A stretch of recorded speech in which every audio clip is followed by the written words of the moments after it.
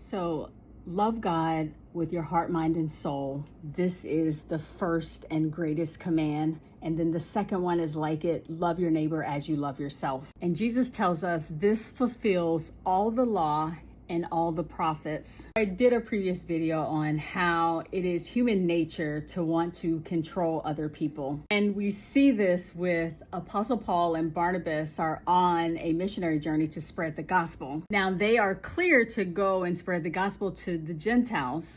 And then the dilemma comes up. Do the Gentiles need to be circumcised like the Jewish Christians? And we see Peter say no. They acknowledge that the Gentiles have the Holy Spirit just like the Jewish Christians. But Peter tells us something else just as profound. He says, now therefore, why do you test God by putting a yoke on the neck of the disciples, which neither our fathers nor we were able to bear? Peter is saying the whole reason for Jesus is because we could not fulfill the law. But the council writes back, addressing the concern, and they say, but that we write to them to abstain from things polluted by idols, from sexual immorality, from things strangled, and from blood. It is the human tendency to want to manage people by rules. This is not malicious and bad. This is that we want to see that you look Christian. But what happens here is the person that is following rules of religion, they just create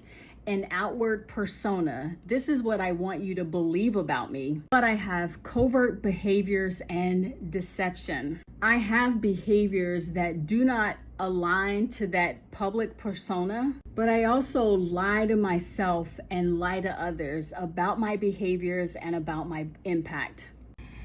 Peter tells us that the reason why the people could not keep the laws is because when I try to keep this outward behavior, I don't address what is really an inward heart issue.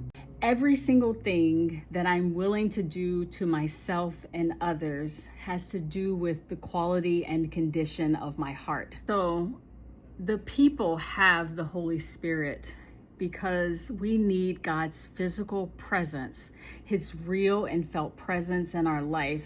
So man will want to manage the behavior.